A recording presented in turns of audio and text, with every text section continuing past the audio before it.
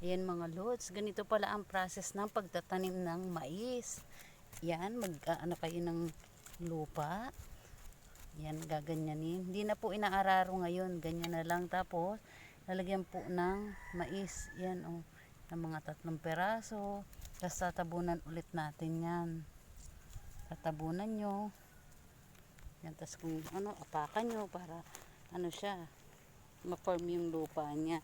So, ganun pa rin sa mga susunod na process. Same.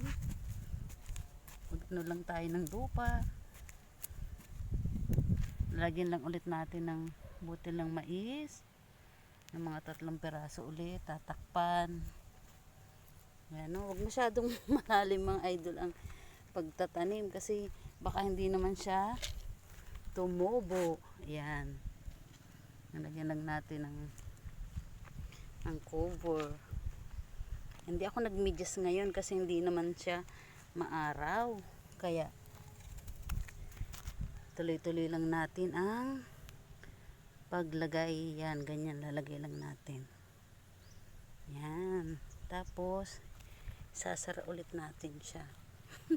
Yun mga idol, ganun lang ang pagtatanim natin ng ating mais. Ayan, maglalagay ulit tayo.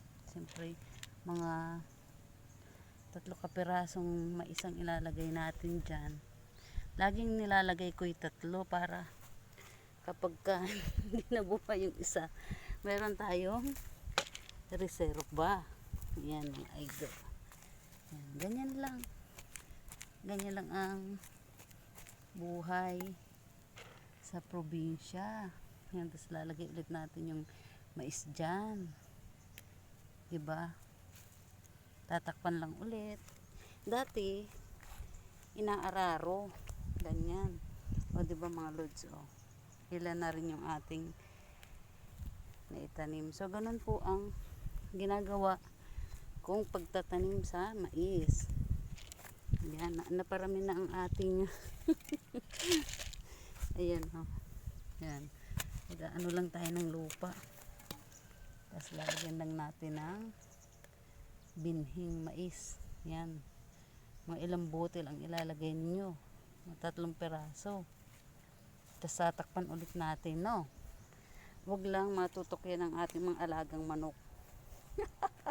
Dahil pag natok yan ang ating mga alagang manok, ay, tiyak, asahan nyo, walang tutubo doon. At malamang, nakain na ng manok. Kaya, kailangan ay sakto ang lalim. Huwag naman masyadong mababaw.